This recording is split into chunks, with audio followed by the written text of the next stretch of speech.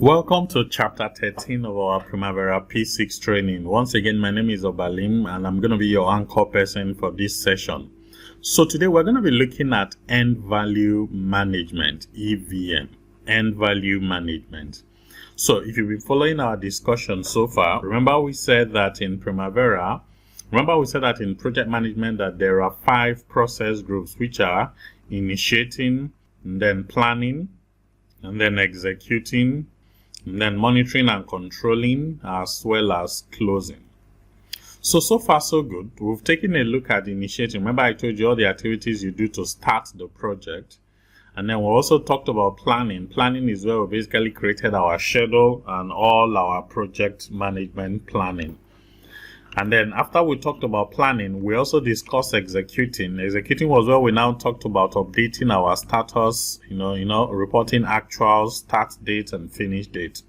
So this is the point where we are now. We're monitoring and controlling. So monitoring and controlling is where we now track our project. So this is where tracking comes in.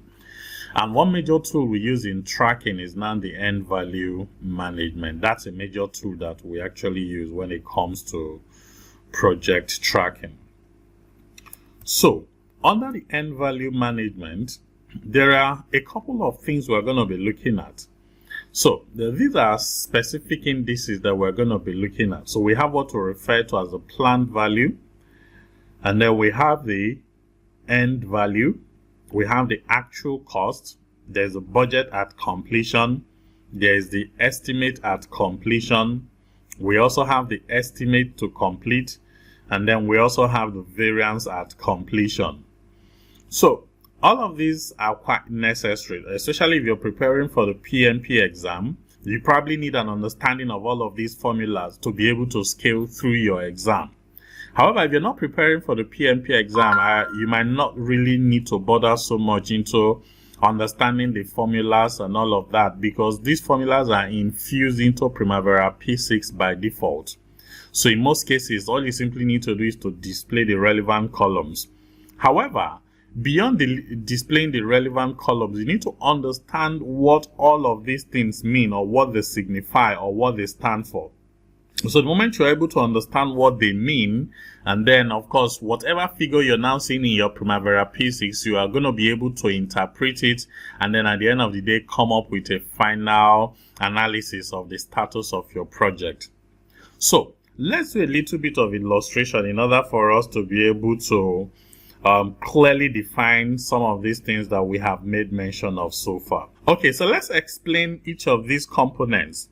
But before we do that, first of all, I want us to take a look at the formula for each of these values that we use in, or terms that we use in Primavera P6. Okay, so let's explain what each of these components mean. So remember we talked about the planned value. We also mentioned the end value, which is EV, and then the actual cost, and then the budget at completion, the cost variance, schedule variance, cost performance index, schedule performance index, estimate at completion, estimate to complete, and then variance at completion. So these are some of the end value indices that we are going to be using. Now, let's assume we have a project to build a 4-sided fence, and we have decided that each side will cost $1,000. And it will take 1 week to complete each side. So each side, we're going to be spending 1 week for each side. 1 week. So that's exactly the project that we are doing. So remember, this is a fence, 4-sided fence.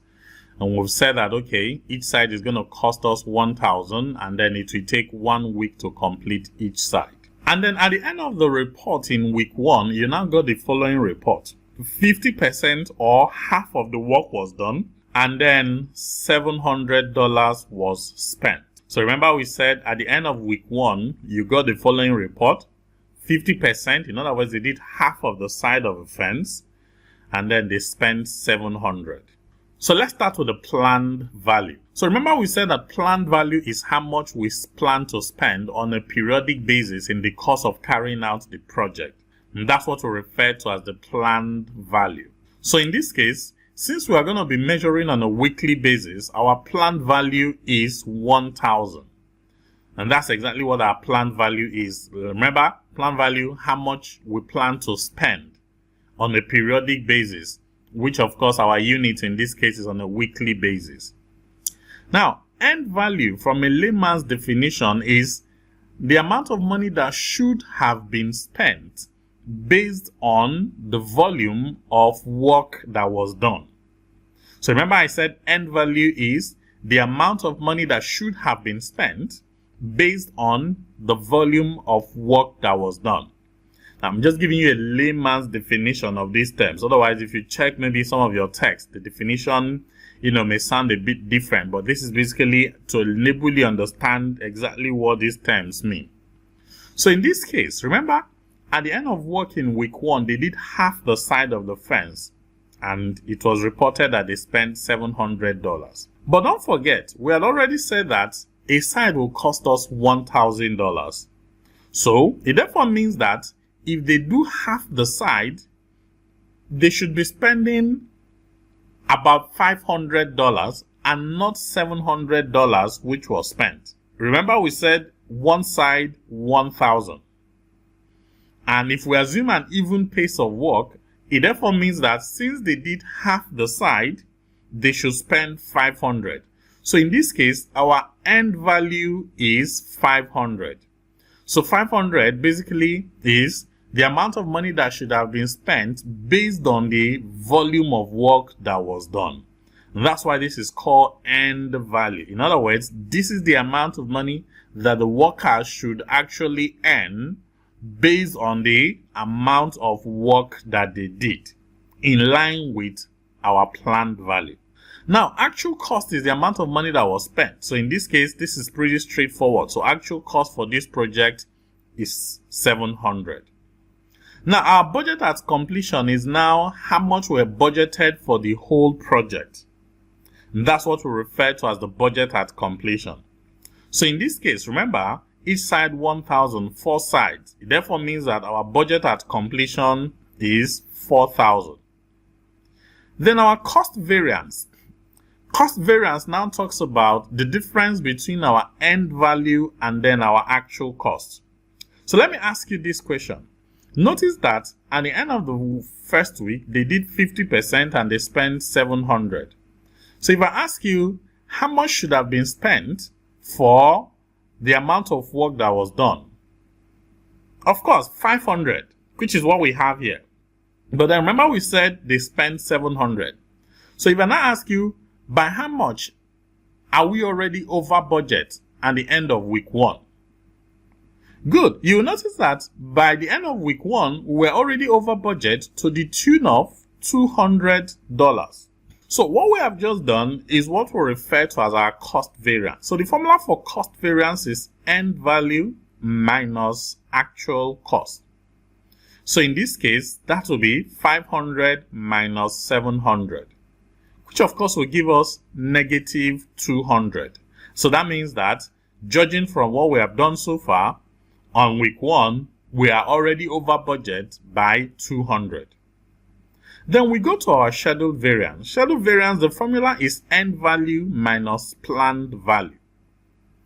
So in this case, it's going to be 500 minus, our planned value is 1,000, 500 minus $1,000, which will give us negative 500. It therefore means that for this project, we're behind schedule and we have work worth about 500 that was not done on week 1. Remember, they did half, and half ought to be 500. And therefore, we have another work worth about 500 that was not done on week 1. So that's why our schedule variance is showing negative 500. Then we talk about the cost performance index. So the formula for the cost performance index is our end value divided by our actual cost. So in this case, it's going to be 500 divided by 700. If we do 500 divided by 700, we're going to be getting That's 5 over 7. And 5 over 7 will give us 0.714. It simply means that for every $1 we spent on this project, the value we are getting is about 71 cents. So that means we're not getting full value for money with regards to this project. That's exactly what this is showing. And then we calculate our scheduled performance index. And then the formula for our scheduled performance index is end value divided by planned value. End value divided by planned value. That's the formula for the scheduled performance index.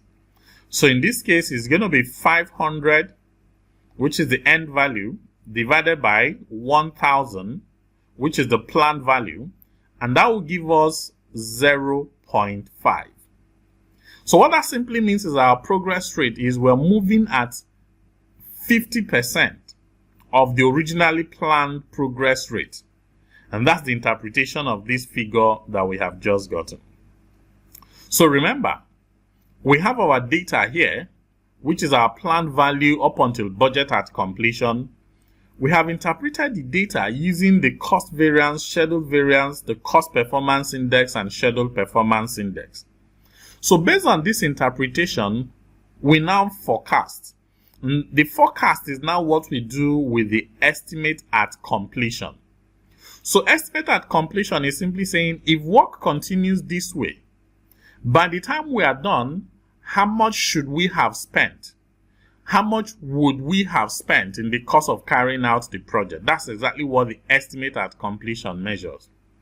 So the formula for the estimate at completion is your budget at completion divided by your cost performance index. So which in this case is going to be our budget at completion is 4,000 and then our cost performance index is 0.714. So if we do the calculation, 4,000 divided by 0.714, that will give us 5,602.24. What does this figure mean? It therefore means that if work continues at this pace, by the time we are done, it's not going to be a $4,000 project any longer, but then we're going to be spending about $5,600. We're going to be spending little over $5,600 in all with regards to this project. And that's exactly what this figure here illustrates. So based on this, we now calculate what we call the estimate to complete. So estimate to complete now talks about, okay, so how much do we now need to finish the remaining portion of work? That's exactly what the estimate to complete measures, how much we need to complete the remaining portion of work. So in this case, the formula for our estimate to complete is our estimate at completion minus actual cost. So in this case, remember our estimate at completion is 5,602.24 and then our actual cost is 700. So if we do the maths, 5,602.24 minus 700, that will give us 4,902.24. This is basically the amount of money required to finish the remaining 3.5 side of our fence. That's exactly what the estimate to complete measures. And then there is now the variance at completion. So variance at completion now says, okay, by the time we are done, by how much are we going to be over budget based on the new estimate that we have made? So the formula for this is your budget at completion minus your estimate at completion. So in this case, it's going to be the 4,000 minus 5,602.24. 5,602.24. If we do the math, it's now going to give us 1,602.24. which is negative. It therefore means that if work continues at this pace, by the time we are done, we are going to be over budget by about $1,602.24. And that's exactly what this calculation has shown us. So, notice that all of these things we have mentioned help us to understand at every point in time the status of our project, helps us to determine whether we are over budget, we are behind schedule, or we are ahead of schedule. That's exactly what this helps us to do. So one key takeaway from our discussion here is the fact that if you do your cost variance or your schedule variance and you get a negative answer, simply know that negative is bad, but then positive is good. So when you do your variance and you get a negative figure, just tell yourself this is a bad situation. So if it is with regards to cost and you're having a negative cost variance, it simply means you are over budget. If with regards to schedule and you're having a negative schedule variance, it simply means you are behind schedule. However, if the results are positive, so it means you have a positive cost variance, it means you are under budget. Under budget simply means you've not spent up to the amount that was budgeted for that particular activity. And then if your schedule variance is positive, it's also a good omen. It simply means you are ahead of schedule. In the same vein, if we talk about our indices, for your indices, you can get a result that is less than 1 or greater than 1. So in this case, a result that is less than 1 is bad. And then a result that is greater than 1 is good. So if we have an index, let's say cost performance index of 0.714, it simply means this is a bad situation. It means we're not getting full value for money, that for every $1 spent, we're getting about 71 cents as our value. And then also, a schedule performance index of less than 1 is bad. It means that in this case, our progress rate is about 50%. And like I mentioned, if it is greater than 1, it therefore means it's good. So if, for example, in our project, we have a cost performance index, CPI, of, let's say, 1.2, it means that for every $1 spent, we're getting more value. We're getting about 20% additional value for every $1 that was spent in the project. So that's exactly what this means. So remember we said for your variance, values negative bad, positive good, and then if you have 0, it simply means you're on target. For your index, greater than 1 is good, less than 1 is bad, and if you have 1, it simply means you are on target. So, except you're preparing, say, for the PMP exam, there might not be any need for you to learn all of these formulas like I have just explained. You might as well just know them for the sake of knowing them. Because these are the underlying formulas that have been imputed in Primavera P6 to help us calculate the status of our project at any point in time. So all we simply need to do is to display the relevant columns. And when we display the relevant columns, you'll begin to see these figures. And like I mentioned earlier on, your ability to interpret the figures is now the most important part of this conversation. Alright, so let's dive into our Primavera P6. Now, don't forget, some of the formulas that we have made mention of, that's exactly what we have in this very slide. As the cost variance, remember we said cost variance is end value minus actual cost. There's a schedule variance, which is end value minus planned value. And remember we said negative for is behind schedule while positive is ahead of schedule. Cost performance index is end value divided by actual cost. So we said the worth of work got out of every $1 spent. Schedule performance index is end value divided by planned value. So this measures percentage progress made against the planned rate. While the estimate at completion is your budget at completion divided by your cost performance index. And then your estimate to complete is your estimate at completion minus your actual cost.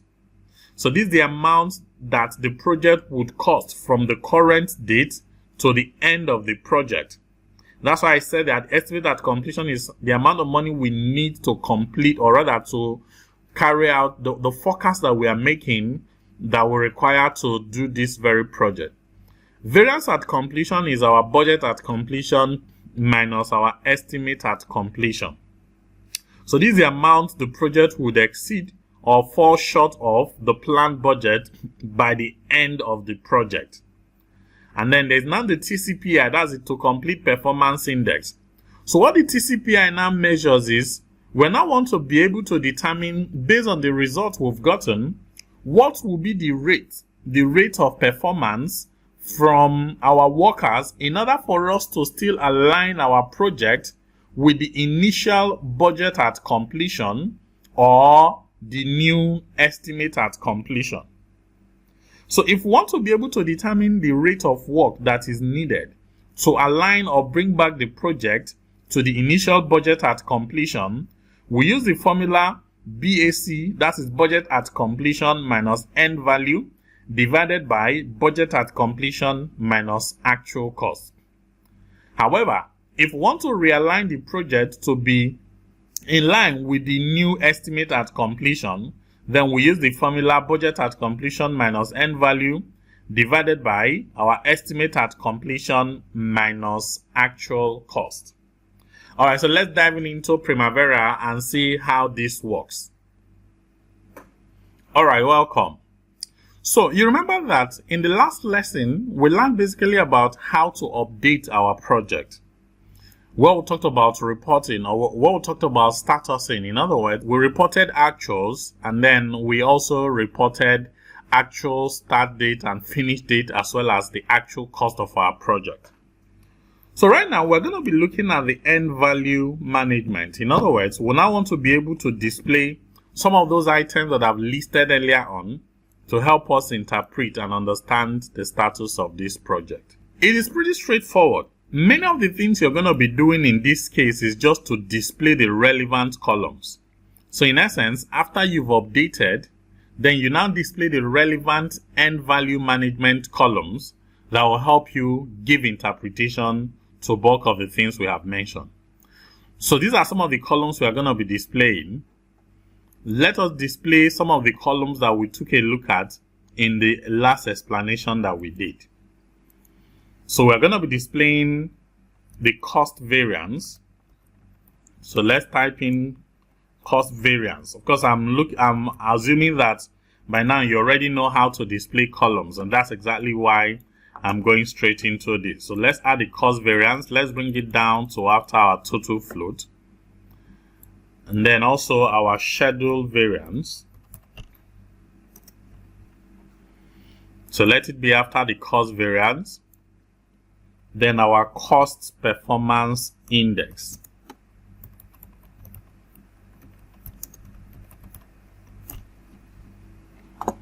So we add our cost performance index as well. And of course our schedule performance index, which is already displayed here. I do not want to add end value cost, then also planned value and all of that, because I feel it will unnecessarily clog my columns. Otherwise, if I display them, you're going to see some of those figures that we had mentioned earlier on. So, but I just want to look at the interpretations instead of just looking at the data. Okay, so another thing I want to display is the estimate at completion cost. So I add my estimate at completion cost as well as my estimate to complete.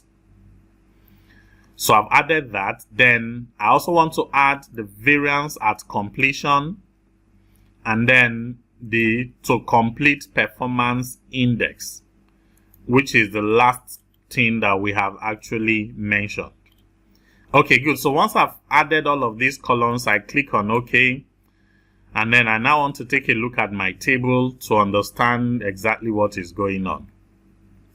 So first, note that before you can do this, it is necessary that you status your project as at the date that you're updating. So in this case, we're updating as at 20th of March. So we have actually started our project as at 20th of March. So let's take a look at what we have here in the table based on the columns that we have displayed. Let me reduce some of these columns so that this will be a bit more conspicuous. Let me just show only the table without showing the Gantt. So this is exactly where we are. So notice that for this particular project, based on the report that we have done so far, let's first of all interpret the status of the project, which is the one we're seeing at the very top. So from the analysis, from what we've been doing so far, notice that cost variance here is showing 0. It therefore simply means that with regards to cost, that this particular project is still on target. In other words, we do not have any cost variance at all. Then our schedule variance is negative 12,214. It simply means that we have work worth about 12,214 yet to be done. Our cost performance index is showing 1. Obviously, since our schedule variance, since our cost variance is 0, that means we're on target. It also means that our rate of performance with regards to cost is also on target. So we're getting full value for money. And that's exactly what our cost performance index is showing here. And then our schedule performance index is less than 1. That is 0.61. So what this simply means is that for this particular project, we are progressing at a 61% rate. So we're not progressing at a full rate of the originally planned progress. So that's exactly what the 0.61 here shows. If things continue this way, our estimate at completion would be 150,000. Now, this 150,000 is how much we're now forecasting that we will spend by the time we are done with this project. And then therefore means that we need about 130,500 to complete the remaining portion of work based on the report that we have given so far. So again, if things continue this way, it means that we're not going to have any variance at completion. And then the rate of performance needed from our resources is 1. So they should continue at the, in terms of cost, they should continue at the current rate. That's exactly the interpretation of this.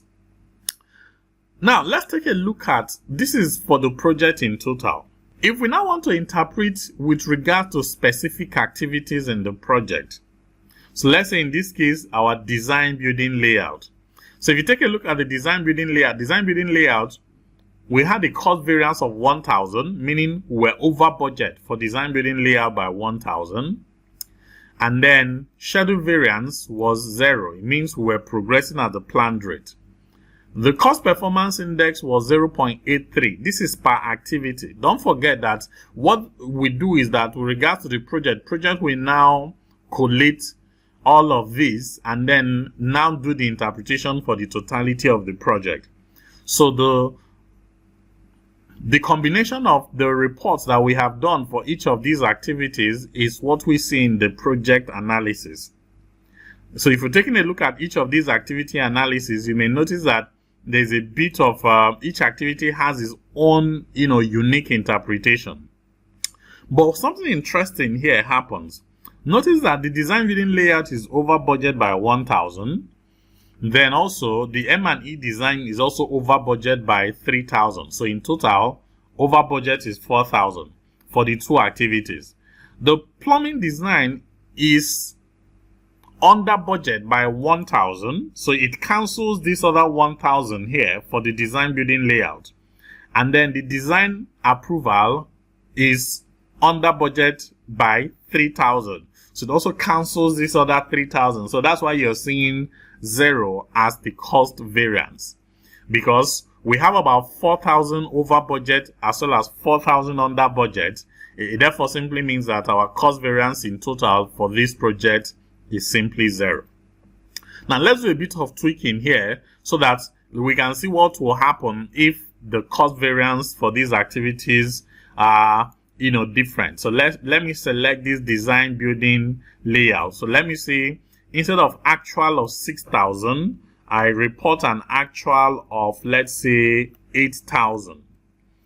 And then I hit enter. Okay, good. So watch what happens. So you notice that the cost variance for the project changes to negative 2,000 because in total we're now over budget with respect to this project by about $2,000 or naira as the case may be. And then now see our cost performance index is now showing 0.91. It means we're not getting full value for money.